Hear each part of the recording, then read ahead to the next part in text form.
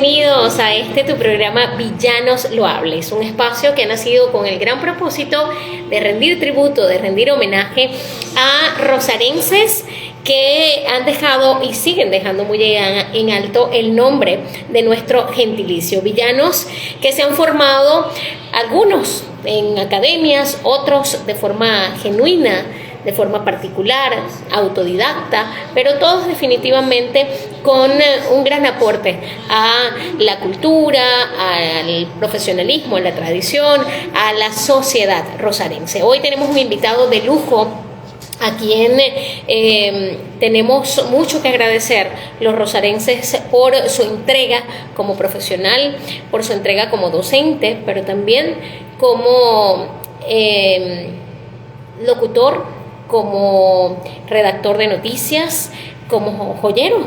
Increíblemente o sorprendentemente, mejor dicho, también ha sido joyero nuestro invitado de la noche. Estoy hablando nada más y nada menos que de Gastón Enrique Fernández, oriundo de San Ignacio, de Rosario de Perijá para el mundo. Hoy tenemos esta maravillosa entrevista con Gastón Fernández en una presentación publicitaria de Ferretería y Materiales Caracas FEMACA, gracias a la doctora Griselda Rincón, Ginecox Tetra tu servicio, a Intrans Marca Supermarket de Inversiones La Superolímpica y también a la doctora Doris Urbina, pediatra puericultor. Procedemos a invitar a Gastón entonces para iniciar esta tertulia mientras él hace el protocolo respectivo para iniciar nuestra conversación. Yo les comento un poquito de la vida de Gastón Enrique Fernández, hoy casado, viene de un hogar de 9 hermanos y obtuvo el título como joyero artístico en el año 73 a través del INSE y más tarde se formó como licenciado en comunicación social o periodista y más tarde hizo una especialidad para ser docente universitario. Se una a esta tertulia y comencemos el homenaje que tenemos preparado para este gran hombre que toda su trayectoria ha logrado calar y ha logrado dejar grandes huellas en la historia social de Rosario de Perijá. Supongo que está activo ya Gastón, porque yo no lo veo. Sí. ¿Qué problema con mi teléfono? Si estás allí. Bueno, no te veo, Gastón, lamentablemente. Es un error que me está dando Instagram desde hace rato. No entiendo por qué. Pero bueno, vamos a iniciar, que es lo importante, que ya estás allí. No entiendo por qué razón no te puedo ver, pero bienvenido, Gastón, gracias por dedicarnos estos minutos para de algún modo rendirte tributo y devolverte un poco de tanto que has entregado al municipio. Muy buenas noches, Yamil. ¿Me estás escuchando, no? Sí, yo te escucho, pero no te veo, pero sí te escucho. Pero yo sí te veo a ti, está muy lindo. Ah, qué bueno. Ay, gracias. Bueno, agradeciéndote a ti y a Villana por esa oportunidad de poder hablar un rato con ustedes, con la vasta audiencia y gracias a la tecnología, ¿no? Una maravillosa tecnología que cada día pues nos conecta y nos mantiene en esa aldea global de tanto que se habló hace tantos años y que ya el mundo está hecho en eso. Y tener ese contacto es muy importante. Bueno, presto a seguir hablando, a seguir contestando tus inquietudes sobre mi persona. Bueno, Gastón, la idea de hoy es rendirte un tributo, es devolverte un poquito de todo lo que has hecho a lo largo de tu vida. Me gustaría empezar, Gastón, sabiendo por qué tu nombre, de dónde viene. No conozco a otra persona que se llame así. Bueno, mi nombre me lo buscó una tía política. Y yo le dije, ella se llama Vilia Jiménez. Ella le dijo a mi mamá que poner este nombre Gastón. Eso se utilizaba mucho antes, la gente recomendaba nombres, según lo que yo escuchar entre familiares, amigos. Ese nombre, yo sé que había un médico en Maracaibo, o no, un abogado, Gastón Montiel Villasmil, que era muy famoso, conocido. Después he conocido Gastón Parra Luzaro, que fue incluso presidente del Banco Central de Venezuela. Yo tuve un contacto con ese economista de la Universidad de Zulia. Ya él murió, fue presidente del Banco Central ahora durante el gobierno de Hugo Chávez. Y él creo que fue uno de los que comentó la reconversión cambiaria. Y yo lo conocí Okay. porque yo hice la maestría en el Centro de Estudios Económicos de la Universidad del Zulia, que es el CELA. Y él director cuando hizo. Aunque yo no tenía el trato directo con él, sí con algunos funcionarios que estaban, no estuve directamente en esa dependencia, pero sí habían otras oficinas en la cual yo hacía las pasantías. Bueno, Gastón O Pájaro. sea, es el único tocayo que has conocido. No, y también hay un periodista, pero creo que es mexicano, con mi nombre igual, y es periodista y es autor de libros. Y es más, Luis Armando cuando me conoce a mí, él cree que yo soy el autor de esos libros, Ah, caramba. sobre castellano, literatura.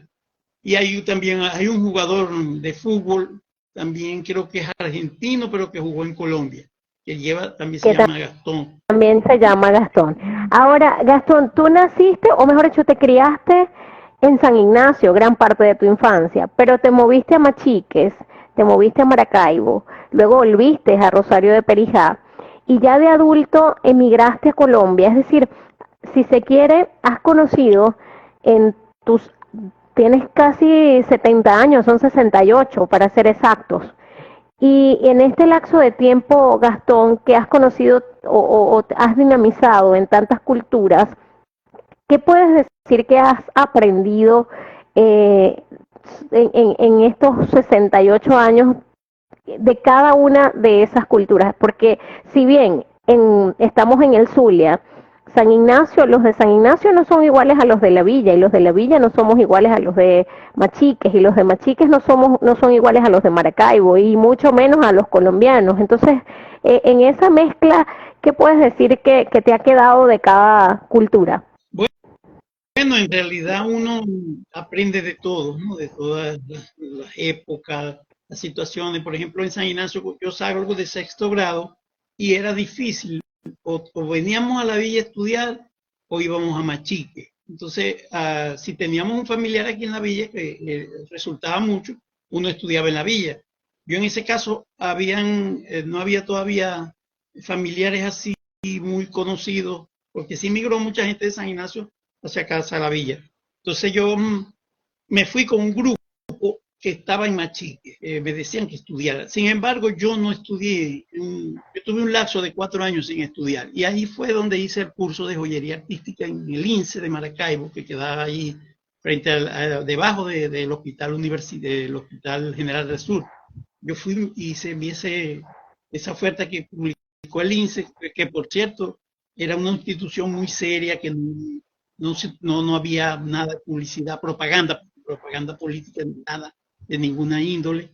Le pagaban a uno, incluso le daban una subvención diaria, y le daban para los pasajes cada 15 días, y le daban el almuerzo a uno. O sea que eran instituciones que estaban bien atendidas, bien dirigidas. Y yo estaba en plena campaña electoral de Carlos Andrés Pérez, nada, y no se hablaba nada de política. Eso fue un aprendizaje de esa época, donde yo veía que no se mezclaba como ese agradecimiento que ahora hay que hacerle, porque es el INSE, porque no, es una institución que respondía al Estado, a la necesidad. Y a mí me sirvió ese aprendizaje, porque ese mismo año yo decidí, no, ahora sí voy a estudiar, porque yo tenía las ganas de estudiar, y había un grupo en San Ignacio que ya estaba estudiando y me decía, estudia, Gastón, inscríbete. Yo tenía miedo porque sin medios, sin nada de ¿Qué edad dinero, tenías tú en ese tiempo, Gastón? yo tenía 18 años, y entonces yo vengo y me inscribo en Machiques, y ellos me motivaron, ese otro grupo que iba delante de mí, me decían, no, pero si nosotros nos vamos y nos venimos de cola. Entonces a mí me parecía eso como muy, muy, muy Muy difícil. Y aventurero, ajá. ese fue otro aprendizaje, que yo no pude, yendo de cola y viniendo. Es más, el primer año de bachillerato lo hice, eran 2 turnos, en la mañana, al mediodía regresábamos, almorzábamos en San Ignacio, y nuevamente a pedir cola en la 104. Y la gente era muy solidaria. Yo recuerdo que nos daban mucho la cola, incluso había muchos camiones lecheros. Eso, bueno, eso era prácticamente el transporte de nosotros. Y nos daban la cola y eso, y lo hacíamos un grupo bastante. Plinio estudió allá, el que fue aquí contralor, Contador. notario. Plinio, una hermana de ellos, que Marita, que ella murió, y el otro hermano Albino también, estudiaban en más chicos. Y en San Ignacio estudiaban Gabriel Carmona, Jorge, estudiaba Niobe Carmona, que ahora es médico. Ellos, los dos primeros que nombré, ya murieron y eran abogados. Y bueno, y otros más. Y entonces Machique era un liceo bien establecido. Por cierto, allá daba clase Enrique Hidalgo, el compositor este famoso. Fue uno de los fundadores del liceo y estuvo tiempo. A mí no me dio clase, pero sí manejé algunas guías de él, pues, como profesor, un baluarte bien importante en la educación perijanera. Bueno, y Gastón, de allí en Machique, ¿cuánto tiempo te tomó graduarte en esas condiciones? bueno, yo pude hacer hasta tercer año ahí en Machique, porque fíjate lo que me sirvió a mí el aprendizaje de joyería, porque en esa época se usaba mucho el oro y la plata, y entonces me salían trabajos de que reparame esta cadena, o yo hacía unos anillos de plata, cuando eso ya el bolívar lo habían sustituido, el bolívar que era de plata, y la gente me decía, yo tengo aquí un fuerte, y yo lo fundía, y yo hacía plata, hacía joya, Prendas. y Ajá. vendía. Entonces llegaba y con eso me subvencionaba los estudios. En tercer año yo dije ya, bueno, yo creo que yo voy a Maracaibo. Fui a trabajar, conseguí un trabajo en Maracaibo, trabajé en la oficina de las Águilas Arzulia como Fiboy, y entonces yo trabajaba ahí con los Machado Silva, ahí en Bellavista, Maracaibo, y bueno, y estudiaba, ahí me gradué, terminé de graduarme, saqué unas materias y me gradué y ingresé a Luz. Luego vine y comencé a estudiar de Sí, noche y y perdón que te interrumpa, Gastón. ¿Cuándo decides estudiar comunicación social? bueno, ¿Y por qué? ¿Quién fue tu referente? ¿O fue casual, o fue lo que te salió, o realmente tú querías esa carrera? a mí me gustaba mucho la comunicación social, como la política me ha gustado mucho. O sea, yo también he militado en momentos en partidos políticos, pero me Y gusta fuiste concejal, ¿no? la sociopolítica, ¿no? La historia, el vaivén que da la política. Eso me encanta a mí. Me leo y hurgo sobre eso. Y a mí por ejemplo, eh, mi papá era analfabeta y él escuchaba mucho la radio, Radio Caracol de Colombia. Esas señales en AM entraban muy bien aquí en estas zonas fronterizas, nítidas en la noche. Y yo me acuerdo que papá escuchaba Noticiero Caracol y escuchaba entonces las emisoras de Maracaibo que entraban a AM cuando eso todavía no habían fundado ni siquiera Radio Perijac. Entonces entraban Radio Maracaibo, Calendario, La Voz de la Fe, Radio Libertad. Y a papá le gustaban mucho las noticias, y escuchaba siempre noticias y programas de opinión. Y él tenía bastante conocimiento de la política sin saber leer y escribir. Pero entonces a mí me gustaba ese ambiente, me gustó guía, y yo, bueno, ahí me fue despertando y yo dije, bueno, yo es periodismo, yo voy a estudiar periodismo, porque me gusta eso, y después me adentré allí, me gustó y hasta hoy en día me gusta bastante la comunicación social. Gastón, cuando tú dijiste voy a ser periodista, ¿tú te veías escribiendo para un periódico o presentando un programa de televisión o haciendo radio? ¿Cómo te veías como periodista? Bueno, me veía como lo que he hecho muchos años, reportero del día a día en la calle, escribiendo, tomando fotografías, y tuve esa dualidad de tener que escribir y tomar fotografía. Eso es un trabajo muy duro, porque lo que se estila es que el periodista, el escritor, el redactor, es un periodista egresado en una universidad, como lo es el gráfico, el fotógrafo, que antes podía ser un empírico, no. Ahora es un especialista en audiovisual, porque además de fotografía sabe televisión, radio, y entonces esas son dos oficios que hay que hacer. Pero como yo era el corresponsal de Panorama aquí en esta zona de Perijá, por cierto, fui el primero en graduado de una universidad que comenzó a trabajar aquí como periodista, así con un periódico como que era Panorama, que era el referente, y los que me precedieron eran empíricos, o sea, personas que les gustó ese oficio, pero Entonces yo Pero en el el primer 1900, graduado como tal fuiste tú. sí, abrimos una oficina en Atencio Mestre, que es una nieta de Ciro Mestre. El Ok. Ciro Mestre, Ciro Mestre el viejo de ahora, sino el otro viejo. Bueno, El patriarca. el patriarca. Y entonces ella, hicimos la oficina aquí, y el Panorama, nosotros llevábamos una propuesta de hacer una revista. Y cuando nos, pero si ustedes son graduados, imperiando y periodistas graduados, nosotros, quédense aquí, traigan los currículos de una, y nos abrieron una oficina en Machique, y dio bastante fruto en ese entonces. No teníamos un sueldo como tal, asignados en nómina, pero nos daban un porcentaje por la publicidad que era mucha, era bastante. Y Panorama, bueno, vendía en ese caso, nosotros hacíamos suplementos. Lo que quisiéramos, eso se vendía. O sea que por ingresos, eso no, uno no se iba a quedar. Yo recuerdo que hasta una vez que cuando vino Lucintia a la villa, bueno, nosotros hicimos una edición especial muy densa de Panorama especial sobre eso, que ya Sobre la mandaron otros visita. periodistas para cubrir, porque no daba abasto. Y bueno, y esa experiencia toda después, estando con Panorama, me llaman de Maracaibo para que fuera jefe de prensa en lo que era la Asamblea Legislativa del Estado Zulia, que ahora es Consejo Legislativo, Consejo. en el año 1995 bajo la presidencia de José Figueredo.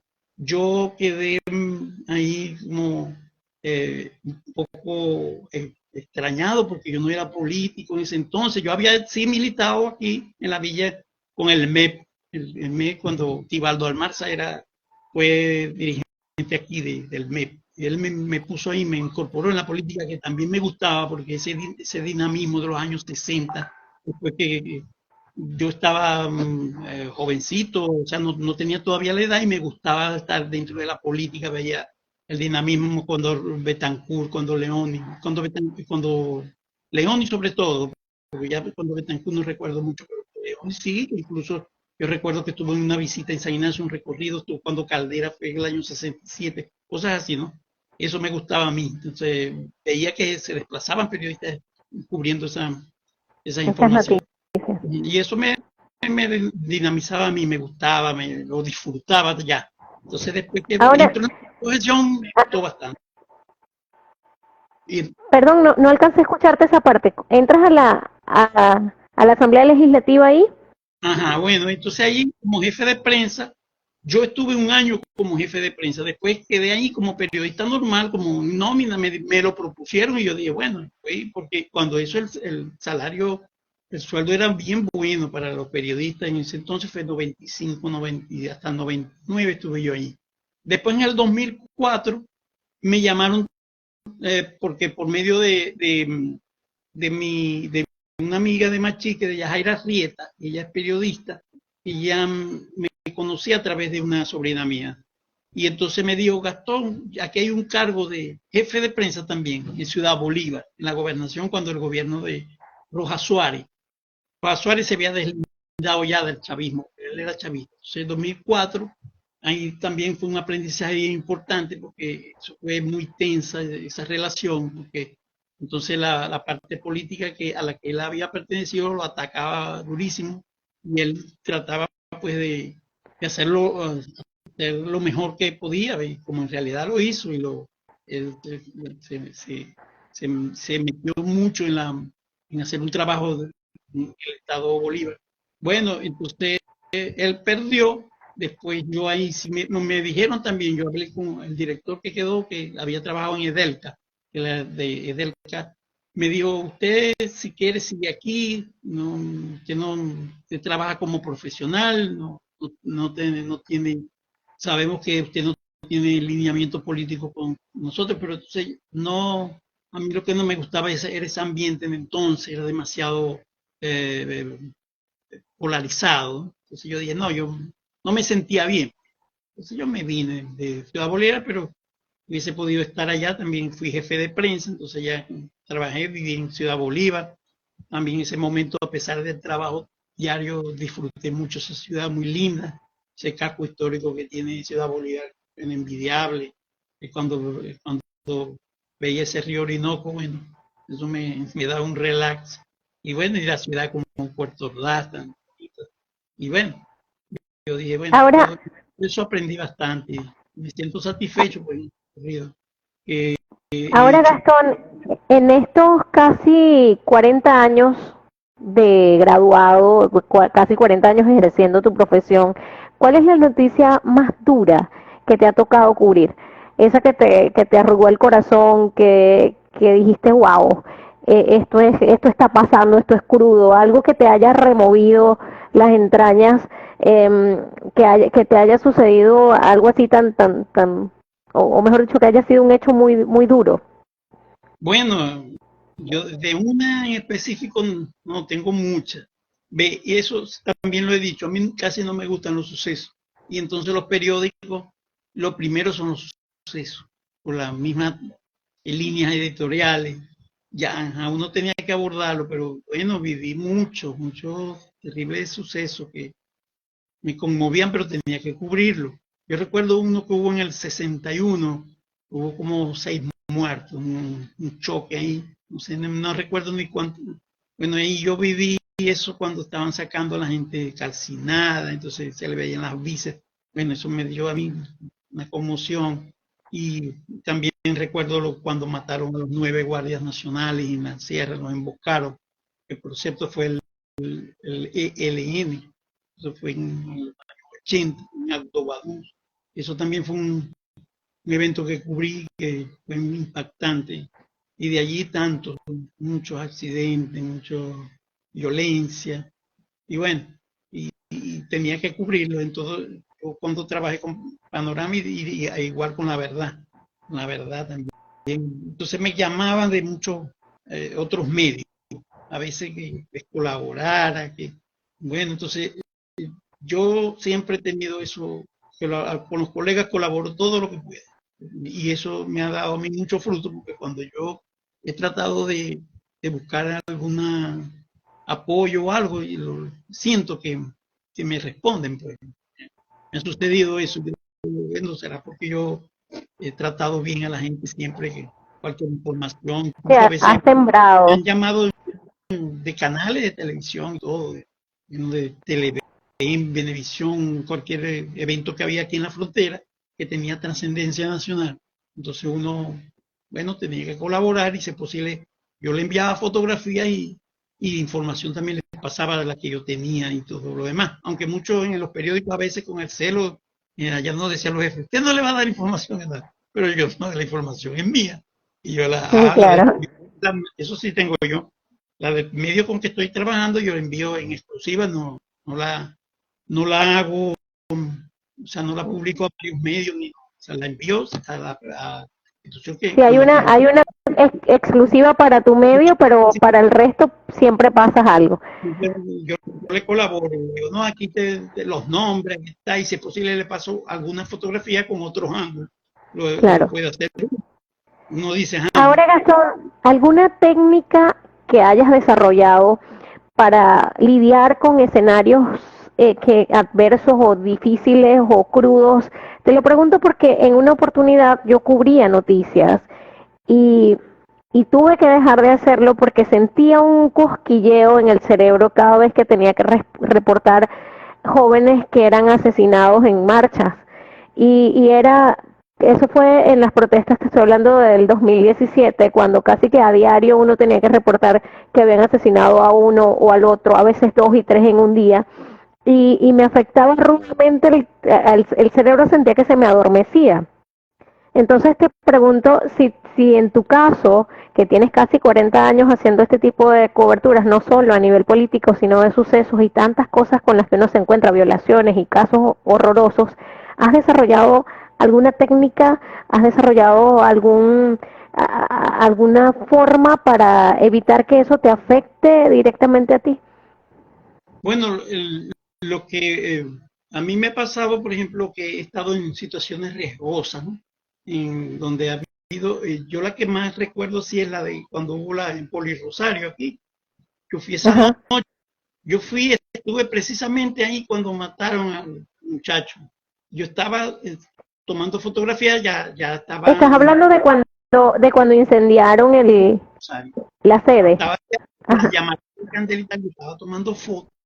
Yo uno pensaba que era una protesta así, pero de repente oigo los disparos, bueno, ahí uno queda todo neutralizado. Yo me retiré de enseguida, porque después, cuando yo me hago conexión nuevamente con la gente que yo conocía por ahí, que estaba dando mi información, me dicen, no, si hay 2 muertos, me dicen. Entonces yo después me ponía a pensar así, o me he puesto a pensar que entre los muertos he podido estar yo también, porque ha pasado mucho. Y el periodismo también es una carrera riesgosa en muchos casos. Yo recuerdo, si no mal lo traigo a colación, el suceso que hubo en Caracas, en La Guaira, de Tacoa. Ahí murieron varios periodistas. Eso fue cuando explotó unos envases de unos almacenamientos de combustible. Ajá. Explotó uno o dos o algo así y salió, bueno, bomberos y periodistas cayeron muchos ahí porque la segunda explosión se llevó todo, periodista, bombero. Fue uno de lo que sí recuerdo yo fue en los 80, pero sucedió a finales de año, como en noviembre o diciembre, algo así. Hoy me venía acordando yo de ese hecho que De terminó ese hecho. en Venezuela, sí. Y bueno, y Ah, murieron varios. ah, Entonces uno a veces se ponía a riesgo, pero también pasa ahora con la situación política, ¿no? Que por ejemplo, cuando a uno le ven la cámara, que hay represión militar y eso, tratan a uno de quitarle, lo primero que tratan de desmantelar a uno, quitarle los equipos, pues, como le ha pasado. A mí me pasó aquí, ya ahora con este nuevo gobierno del chavismo, aquí en la villa, por ahí por Ciro, me estaba cubriendo yo unas elecciones eran. Entonces, cuando me vieron con la cámara, venían los militares y me dijo, dame la cámara, me dice, ¿y por qué te lo voy a dar? ¿Y por qué no me dais vos el fusil ese? O sea, entonces él claro. quedó así, pero yo después sentí miedo ahí. Entonces el tipo no me dijo más nada y yo me retiré y no me dio más nada y no pasó. Pero Entendió el punto. en el momento yo también le contesté, que esta es mi arma, y algo así. Yo le dije, ¿por qué no me das tú Eso fue ahí en El la escuela fusil. civil humana. Y otra vez también fue que tuve que, con la DC creo que fue, cuando una vez que detuvieron a Guillermo Molina, que era diputado suplente del MAS, y le allanaron allí donde él tiene el laboratorio, en la calle municipal. El tipo me dijo, si tomáis una foto, te llevo preso o algo así. Entonces, cuando eso Wilson Hernández, no sé si tú conociste a Wilson Hernández, que era fotógrafo, bueno, Wilson andaba conmigo y él me colaboraba con la foto y a él le gustaba mucho. Él no era periodista, sino que él me decía que él que había aprendido mucho de fotografía conmigo. Yo lo que sé de fotografía son conceptos y cuestiones y de, bueno, de lo que le dan a uno en la escuela, lo básico, porque yo no soy especialista en audiovisual. Bueno, y entonces a él le gustaba eso. Entonces, a él le gustaba además esos momentos de tensión. Y entonces Atención, claro. lo que le dije a él, bueno, ve, vos vas a tomar la foto y si el tipo va a salir, yo me voy a meter en el medio para que a ti te dé tiempo de De volarte. correr. Sí, pero guardas esa cámara, porque la foto era la primicia. Y Claro. entonces resulta que ahí se fue agregando mucha gente, bajó mucha gente de la calle, de los vecinos, tal, y eso, a lo que se puso un poco de gente ya, y yo saqué la cámara mía y le empecé a tomar fotos. Ya no me decían nada porque había mucha gente. Entonces ya uno Claro. se sentía al lado. Y pasa así con el periodista, cuando uno tiene respaldo, pero imagínate uno solo en cualquier situación que lo vean, le agarran esa cámara y se la ponen por la cabeza a uno. Y ocurrió, En el mejor de los casos.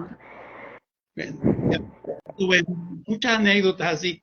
Y, Ahora, Gastón, en estos 40 años, obviamente has visto de todo.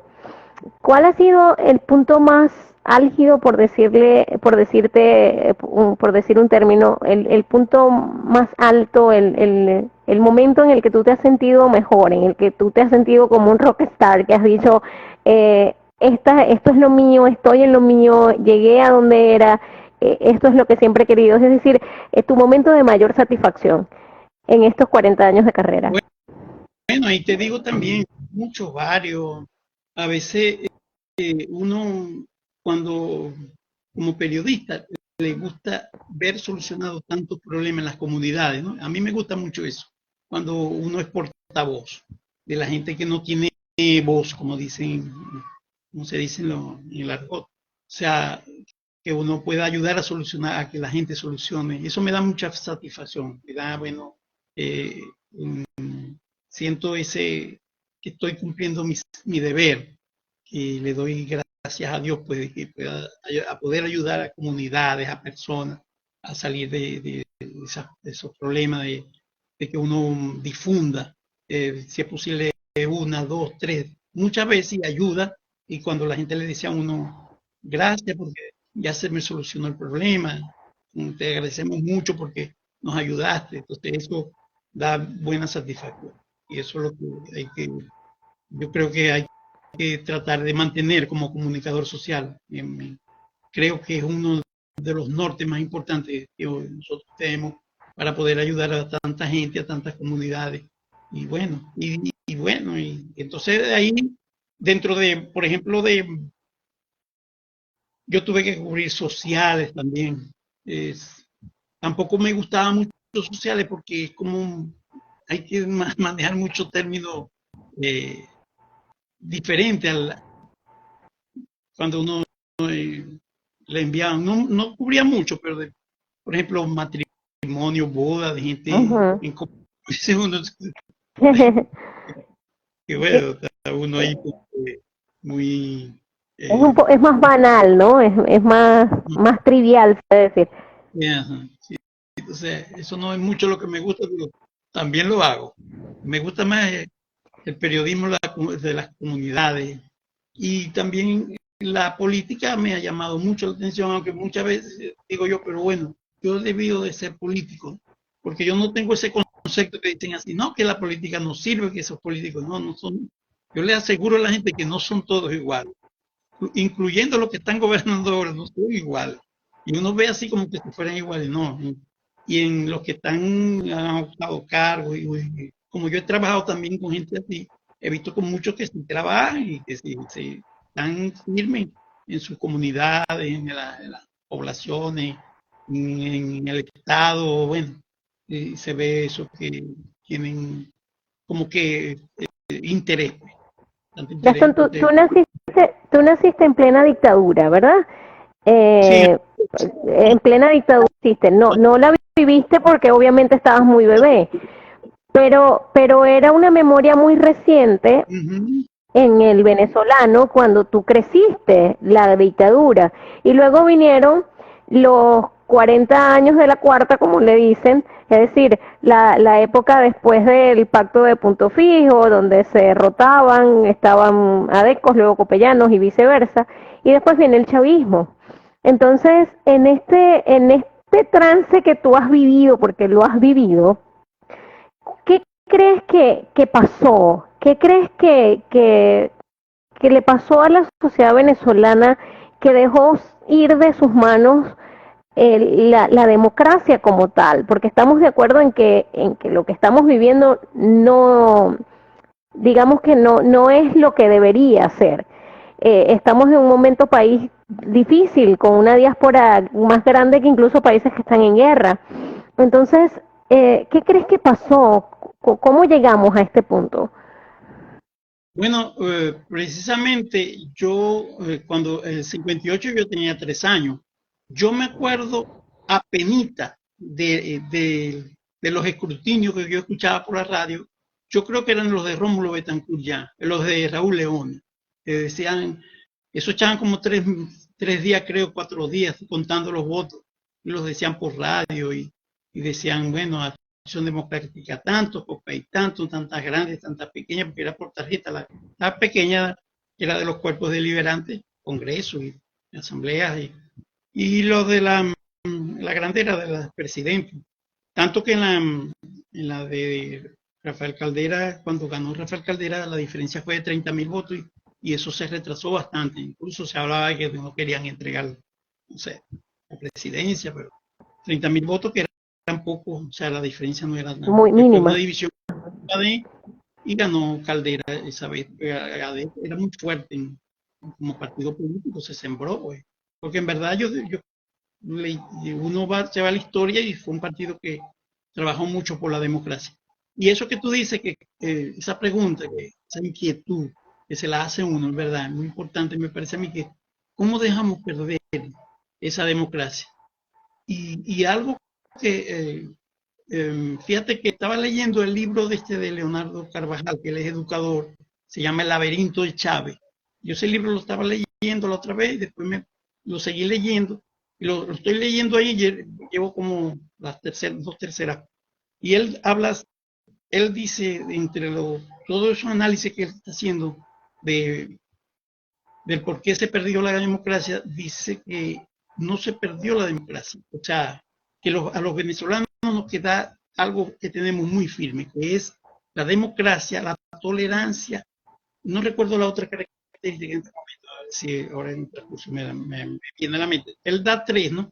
Yo sé que la tolerancia y la democracia la tenemos firme los venezolanos ahí, a pesar de que estamos en un gobierno que... Él habla, perdón que te interrumpa, Gastón. Estamos hablando de que el autor dice que en la mente y en el ser del venezolano existen estos valores, no que literalmente existe en el sistema de gobierno. ¿Es así? Sí. ¿O estoy interpretando mal? Sí, así. Esa es la idea que él da. Él dice que eso no se ha perdido, dice él. Y señala que a pesar de todo, pero claro, ese libro lo escribió hace como, creo que 5 años, 5 o 6 años. Pero hay muchos elementos que él asoma allí cuando empezó los movimientos aquí, incluso los militares que se pronunciaron le decían a Chávez, esto no es el camino, que lo dijeron hasta públicamente, y uno dice, caramba, pero en verdad cómo se siguió llevando al país de una manera hasta hacerla añico, porque el país lo hicieron añico, el país quedó totalmente en el suelo. Fíjate que grandes empresas, pequeñas empresas, personas que uno jamás ni pensaba que se iba a ir del país, eso, la diáspora, eso es impactante lo que ha pasado. Y bueno, y uno ve que eso lo fueron desarrollando, y uno casi que ni dio cuenta cuando eso pasó. Y él explica muy bien todo ese proceso que se está dando allí. Y por eso que a mí se me quedó mucho esos tres elementos. Yo sé, no sé, me llamaron la atención, pero no me recuerdo el otro. Y él sí habla de eso de la democracia, porque como cuando tú me dices que... Puede ser esperanza, fe, se me ocurre. Creo que la esperanza creo que la esperanza, sí. Creo que sí es. No estoy muy seguro. Bueno, fíjate que, ¿qué pasó cuando yo estudiaba primaria, por decir algo? La gente hablaba mucho hablaba los mayores, vamos a decir los padres de uno, los tíos, los mayores que uno, ellos hablaban de la dictadura de Pérez Jiménez, decían que era horrorosa, y otros admiraban a Pérez Jiménez, otros decían, no, es que hay mucho respeto, había mucho respeto, había mucha orden. Entonces, esa fue la época, entonces, ya pasados los dos gobiernos de AD, de Betancur y de Leoni, Pérez Jiménez ya entonces se veía se sentía como un factor importante para volver a gobernar a Venezuela. Tanto que no hace mucho, vamos a decir así, los días antes de Chávez, la gente decía, aquí hace falta una gorra, aquí hace falta militar. Una gorra. Cuando decían así, era añorando a Pérez Jiménez. Y yo digo ahora tenemos gorras de más, porque hay gorras por todos lados.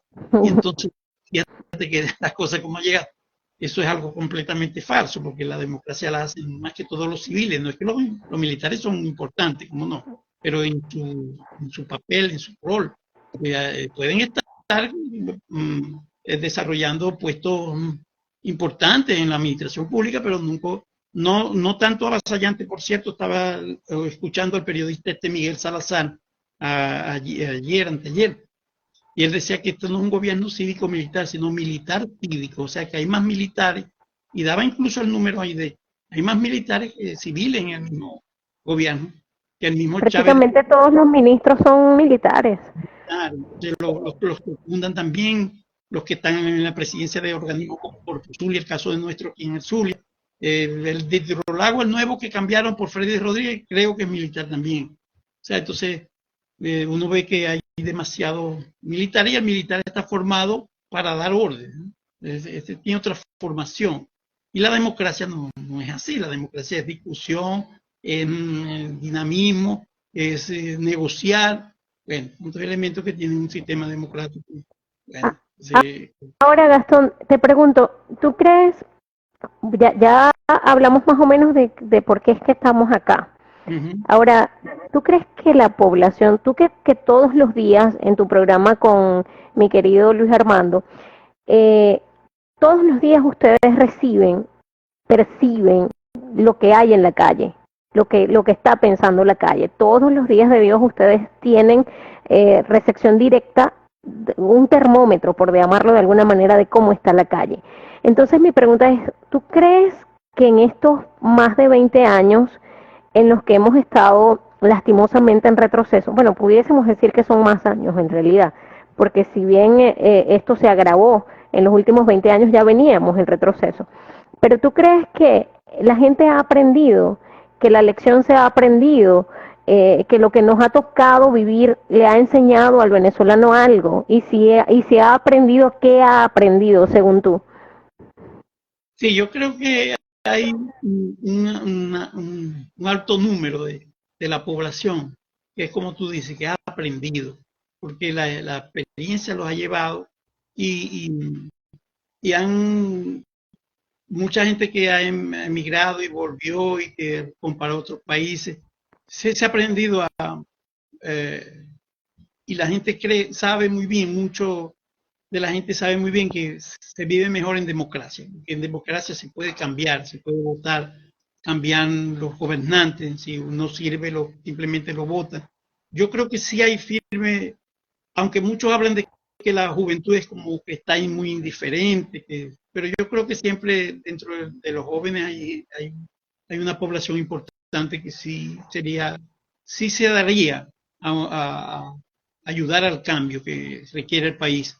Aunque se ha ido mucho joven, se han ido muchos jóvenes, incluso jóvenes ya con formación académica, universitaria, a nivel medio, con conocimiento, mano de obra calificada, se han ido personas jóvenes. Entonces, sin embargo, mucha de esa gente piensa regresar, aunque dicen los especialistas que una buena mayoría no va a regresar.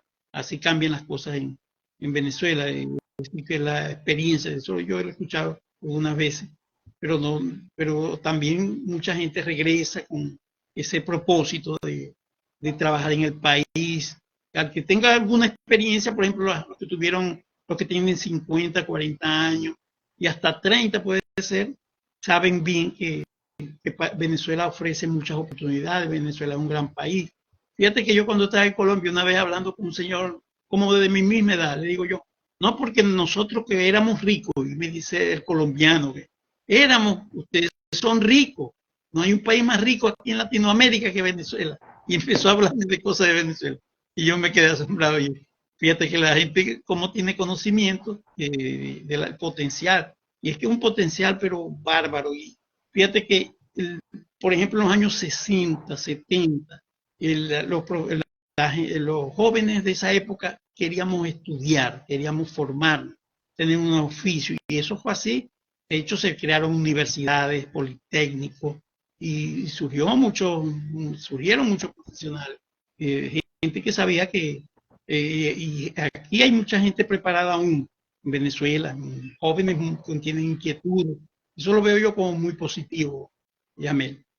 Gastón, te iba a preguntar, tú cuando estuviste comentándonos de cómo fue tu sistema de estudios, es decir, cómo todo lo que te costaba para estudiar, tenías que costearte tus propios estudios, buscar transporte que no existía como tal, sino que era un transporte improvisado, particulares que te daban la cola, y me llamó la atención que aún así seguiste estudiando y te formaste y nombraste a otro pocotón de gente que también se graduó, médicos, abogados, contadores. Y hubo una época en Venezuela donde era muy fácil para los jóvenes estudiar, donde habían rutas estudiantiles, donde habían becas, donde habían todo esto, y mucha de esa población, como tú lo has dicho, se ha ido, se fugó ese talento, pero mucha de esa población joven hoy día está delinquiendo fuera. hoy día está dejando muy mal parados a los venezolanos como gentilicio. Hablo de Chile, donde, por ejemplo, hoy nada más se supo de que están extorsionando a comerciantes venezolanos, otros venezolanos, y le caen a tiros a sus establecimientos comerciales, pero en Dallas todos sabemos lo que ocurre, pero en Perú ni se diga, en Colombia igual. Eso fuera, por supuesto, de la gente que es buena, que deja muy en alto a nuestro país. Pero hacia donde voy es que si de pronto ese facilismo dañó las cosas o eso va en la particularidad de cada uno. ¿Qué piensas sobre eso?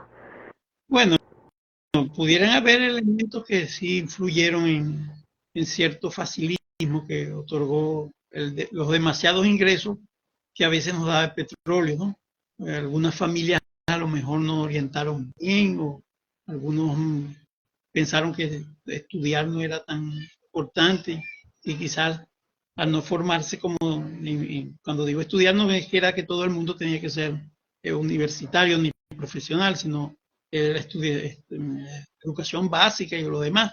Pero eso de la diáspora también ocurre porque el boom ha arrastrado a esas personas que no van pensando en trabajar, sino en seguir haciendo las cosas que hacían aquí. Y es lo que está ocurriendo en ese sentido ahí,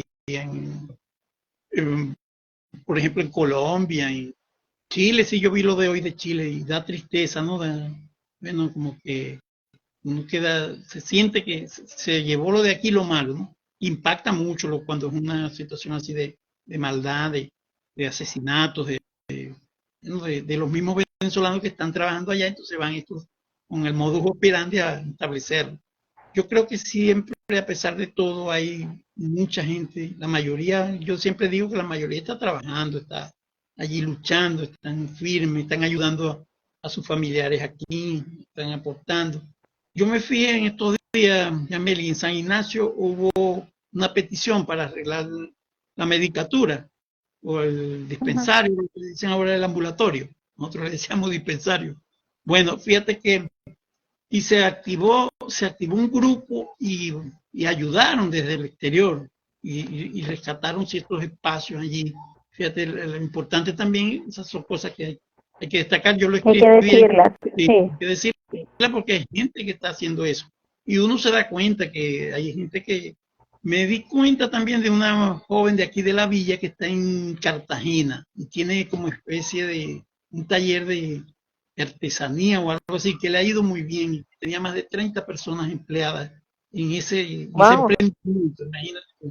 Entonces yo le estaba diciendo a uno de los familiares de esa joven que cuando viniera ahí, que va a venir en estos días, no sé, entonces yo le dije, yo quería hablar con ella, ¿no? Para entrevistarla y Bueno, me la pichas para acá para sacarla también como villana loable.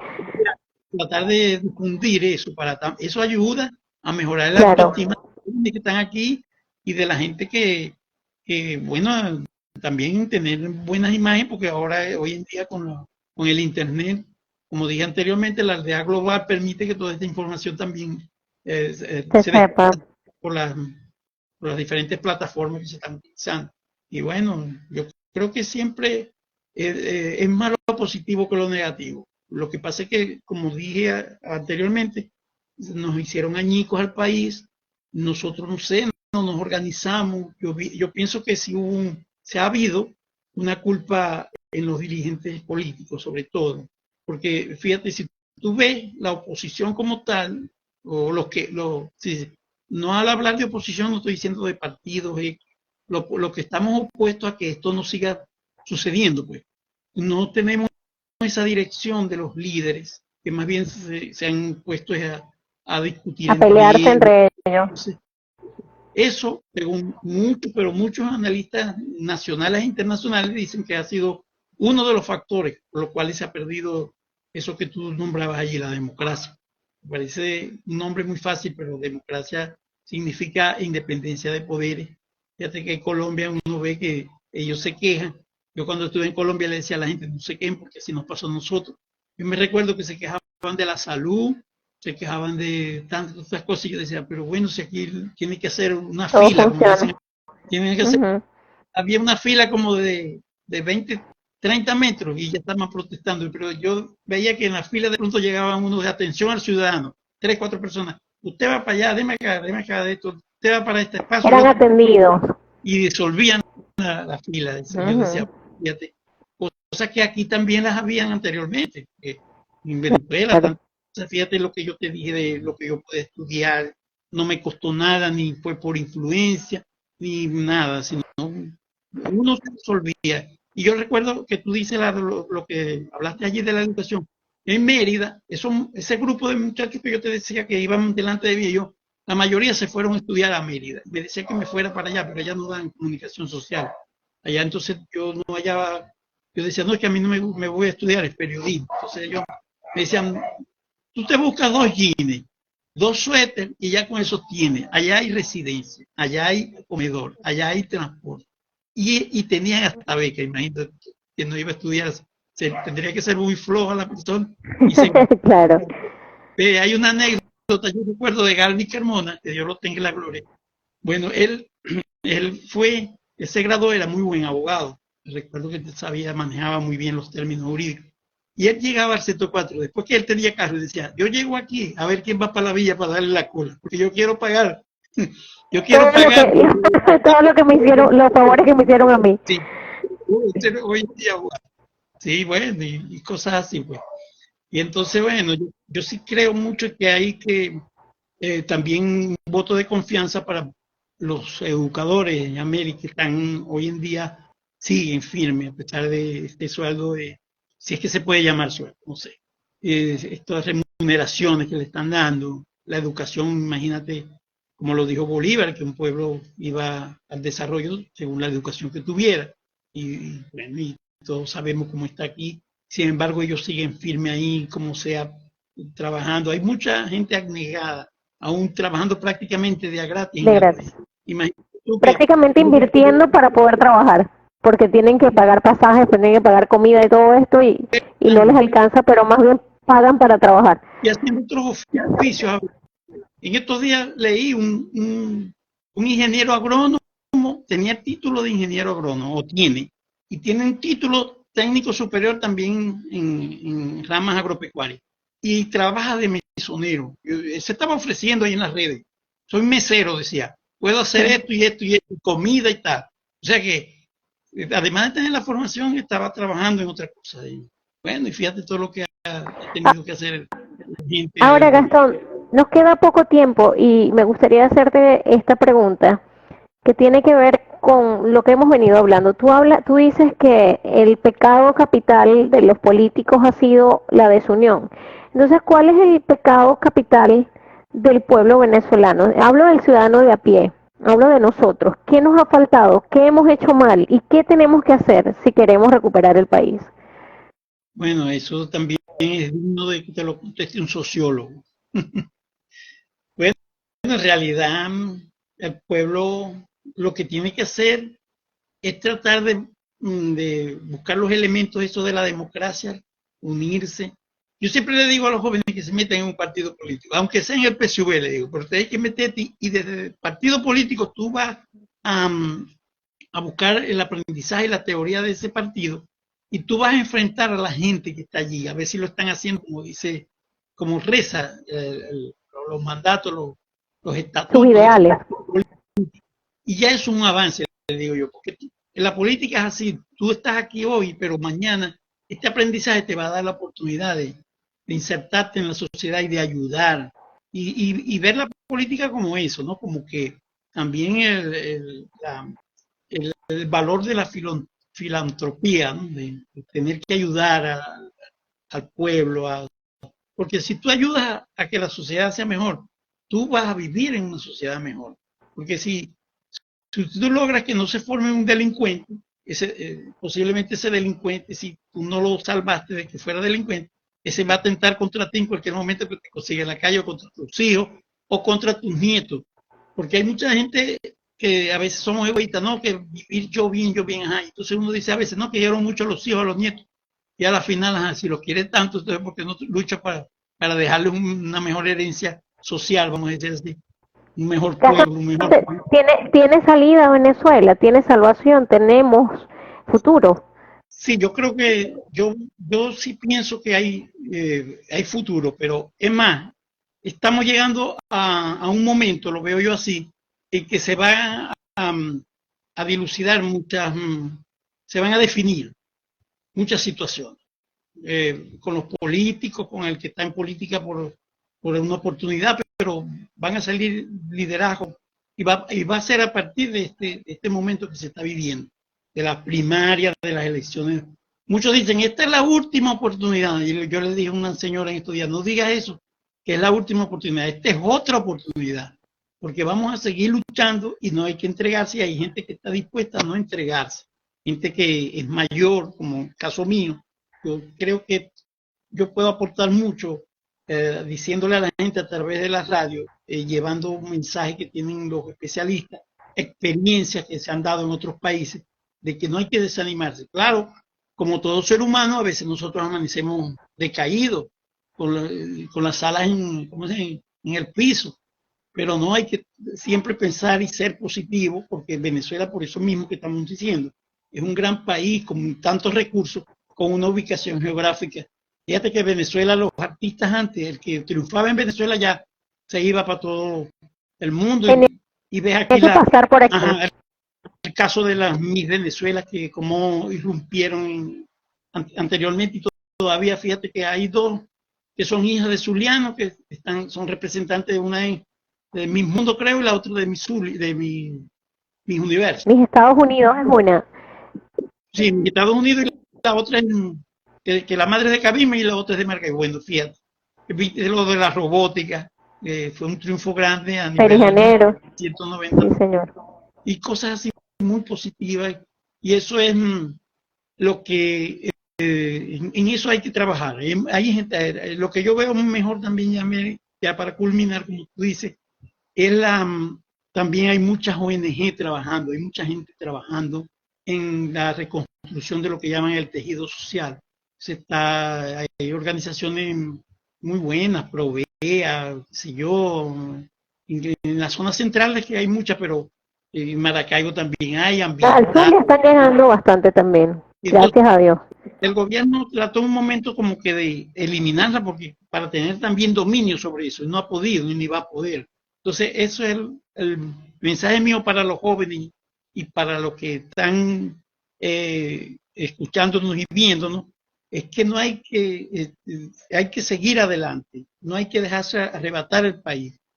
Cualquier aporte que podamos ir, una reunión del Consejo Comunal, de una organización, de cualquier ayuda que se pueda dar, bueno, eso es importante porque eso es ayudar a construir el país. Y también es importante hacer reclamos. Yo siempre he dicho sin groserías y sin altanerías, pero reclamar lo que consideramos que tenemos que salvar o que tenemos que defender. Así es. No se no ceder ni acostumbrarnos al desastre. Ahora, Gastón, voy a compartir contigo muchos de los mensajes que las personas que se han venido conectando te han dejado, para que tú al final pues les respondas a cada uno. Dice por acá Willibet, excelente ciudadano Gastón Fernández, orgullo perijanero. Derwin Bermúdez dice Gastón, saludos. Leonardo dice saludos al amigo Gastón. Natanael dice saludos, amigos, besos y abrazos. Dice Gastón, la política es buena, lo que no son buenos son los políticos. Raiza González dice, orgullosos de ti, mi estimado Gastón Fernández, baluarte periodístico en nuestro municipio, honor a quien honor merece. Bueno, mi esposo que dice que leyó, esto lo comentó cuando estabas hablando del maestro que se ofrecía como mesero, que se ofrecía como que estaba hablando de todas las bondades que tenía, que había desarrollado a partir de que no tienen sueldo, ¿no? Y por acá el ingeniero Javier Rangel dice, saludos para Gastón, uno de los periodistas más cabal y con mayor credibilidad en el estado Zulia. Un fuerte abrazo para él y para Yasmelis, como siempre, rayando en la excelencia. Un abrazo, mi querido amigo Javier. Benbato dice, sin guerrillas, sin carteles, limpieza moral y ética. Arnacilis dice, buenas noches. San Ignacieros, compañera de Gastón pidiendo cola. Puedo decir que la mayoría de esos coleros son profesionales, todo esfuerzo tiene su recompensa. Por aquí Derwin Bermúdez dice, Gastón, saludos de mi padre de parte de Dunca. Parte de los mensajes que te han hecho llegar, Gastón, ¿qué tienes para decir? Muchas gracias a todos. Eso es motivo de seguir pues firme con mi profesión, como dije, tratando de ser siempre lo mejor, llevando ese mensaje, direccionando la opinión para ayudar, pues mucho lo que podemos hacer los periodistas en estos momentos y orientar, ayudar, por ejemplo, tomar los ejemplos de organizaciones, de lo que decía yo de las ONG. En estos días leía y lo publiqué, por ejemplo, no recuerdo el nombre de la ONG, donde se ofrecía atención psicológica para gratis, decía así, de 8 de la mañana a 5 de la tarde. Porque es que a veces uno le dice, no, que es bueno ir al psicólogo y tal, entonces la gente cree que al ir al psicólogo ya es que uno tiene un desfase mental. No, el psicólogo y el psiquiatra son para orientar y para evitar a que haga crisis uno en estos momentos, que a veces las emociones se alteran por X o Z situación. Pero bueno, eso me motiva pues a seguir adelante. Yo creo que sí hay futuro, Yamel. A la gente que me esté, estoy seguro de eso. Y bueno, siento un pálpito, como dijo Leonardo Padrón en la serie. Hay un pálpito en el país que sí vamos a tener una salida. Ahora Amén. que la Gastón, salida, no me puedo... Dime, adelante. la salida va a ser negociada, porque como se está yendo, no es tan fácil tampoco, no es que yo me voy y toma, y aquí está esto, no, eso es difícil, va a ser muy difícil. Y a uno de los que le he escuchado decir eso fue a Luis Vicente León, dijo que va a venir muchos escenarios duros de aquí al 2024. Y es verdad, porque ya uno está viendo todo. Escenarios duros no serán un tanto. Lo que pasa es que en este punto, según yo lo veo, Gastón, no hay espacios para radicalismos. En este punto toca ceder de lado y lado para lograr un consenso. Entonces, imagínate que los líderes más radicales han tenido que ceder. Sí, eso ha pasado en el mundo. Incluso ahí ha habido momentos donde hay guerra y los que estaban de un lado y de otro están negociando y la guerra no se están dando. Ha pasado en el mundo. En el caso de Venezuela, lo que yo más veo intrincado, esos intereses internacionales que están metidos aquí. Porque yo lo decía en estos días en la radio. Antes nosotros criticábamos que éramos una colonia de Estados Unidos y así se hacía ver desde la izquierda. Yo recuerdo que yo tuve muchos profesores de izquierda en la universidad y eso era lo que decían, pues, de que éramos colonia de Estados Unidos. Yo dije, bueno, ahora seguimos siendo colonia de Estados Unidos y además... Y otro poco gente más. Todo lo que nos chulearon, porque eso fue cierto. Pues estos países que donde han ido ahora muchos migrantes, esos países, de todos otros países donde han ido migrantes, el único que no nos chuleó fue Colombia. Y es uno de los que tiene más migrantes allá y donde les ha dado mejor atención. Y yo estoy muy agradecido de por lo menos en la asistencia de salud que me dieron en Colombia. Que alguien me decía, mira Gastón, vente porque a ti te están tratando mal y tú eres migrante. Y no, yo no sentí nunca una discriminación en Colombia en materia de salud. Más bien mucha ayuda, muy agradecido de ese país. Me atendieron incluso en clínicas privadas, clínicas en Bogotá, buenas. Bueno, yo no tuve gasto de dinero. Y en estos días conocí a un señor que le hicieron una operación allá en Colombia de corazón abierto. Tampoco gastó nada. O sea que, entonces Colombia es uno de los países, yo decía, por culpa de Uribe, yo le decía a los colombianos, porque se enfrentó el Chaco, ustedes nos chulearon, ahora tuvieron más dinero aquí ustedes. Porque sí, es verdad. Gastón, no me puedo ir sin preguntarte lo siguiente. En los últimos años, tu trabajo, tu labor ha sido muy reconocida por la Gobernación del Estado, por el Consejo Legislativo, por la alcaldía del municipio, la alcaldía de Machiques. ¿Tú sientes que de algún modo te han respondido? Y bueno, las muestras de cariño que te han enviado acá, por acá te dicen, eres un ejemplo para mí, para mis hijos, y seguro lo serás para mis nietos, el ejemplo de superación. Esto lo dice Willibet. Y tu hija dice, qué orgullo saber que eres excelente en tu profesión. Saludos, papá. Entonces, Ah, para cerrar, Gastón, pues lastimosamente se nos fue el tiempo de un abrir y cerrar de ojos. Ni siquiera pudimos entrar en detalles sobre tu vida personal, que eso lo conversamos mucho con nuestros invitados, porque justamente lo que queremos es exaltar que no solo son buenos profesionales, sino buenos padres, buenos esposos, buenos amigos, ciudadanos de bien. Entonces te voy a quedar debiendo eso, pero es justamente por la dinámica en la que se dio nuestra entrevista, que ha sido muy nutritiva. Entonces, pero esto sí te lo quiero preguntar. ¿Tú crees que todo lo que le has dado al municipio y al Estado te ha sido devuelto de alguna manera?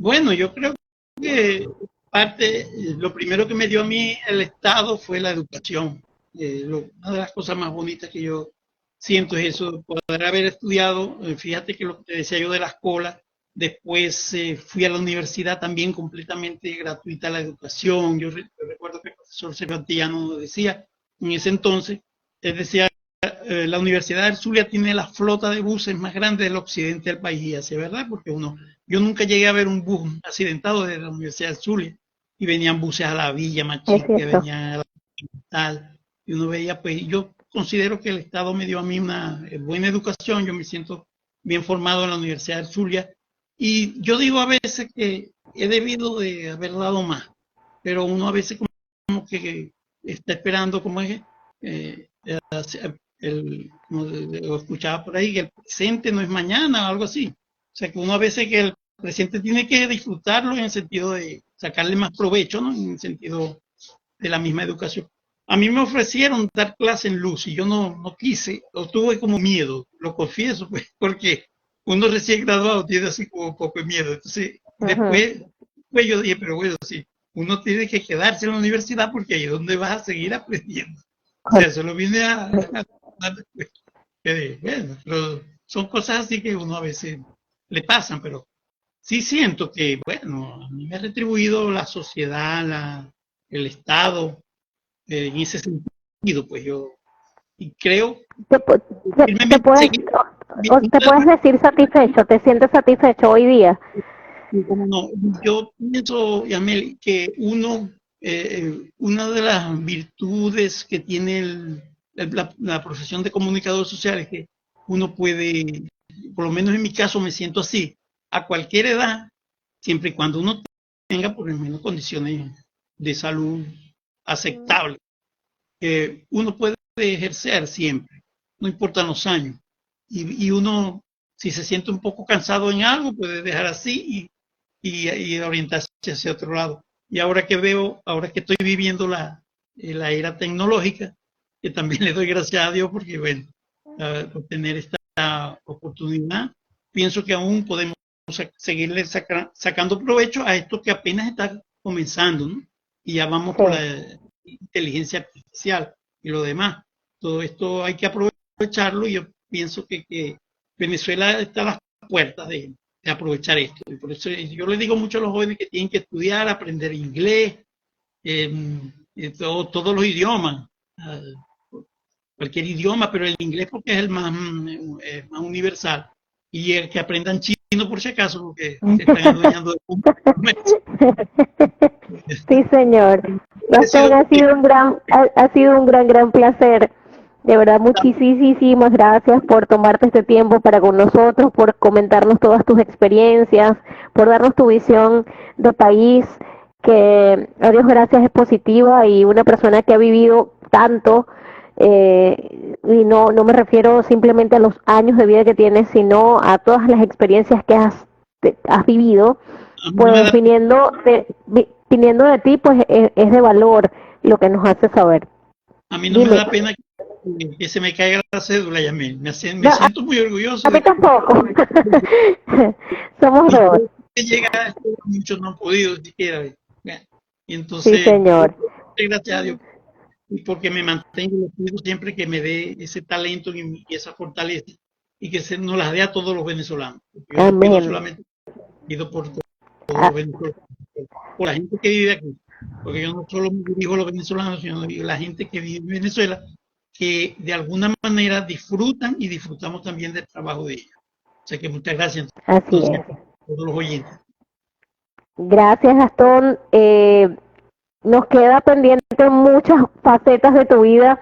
Lamentablemente el tiempo se nos agotó, pero las puertas de Villana FM abiertas para ti, para cualquier novedad, para cualquier buena nueva, por acá vamos a estar. Ha sido un gran placer y esto, bueno, ha sido una edición más de Villanos Loables con el gran Gastón Fernández. Muchas gracias. Dámelo de grande. Bueno, estamos en línea. Con esto cerramos, señores. Gracias a todos por su fiel atención para con nosotros. Gracias a la gente de Ferretería y Materiales Caracas, a la doctora Griselda Rincón, a la doctora Doris Urbina, pediatra poricultor, a Intrans Marca Supermarket e Inversiones La Superolímpica, también a la Villa del Queso. Ha sido una edición más de Villanos Loables. Será hasta el próximo viernes. Chao.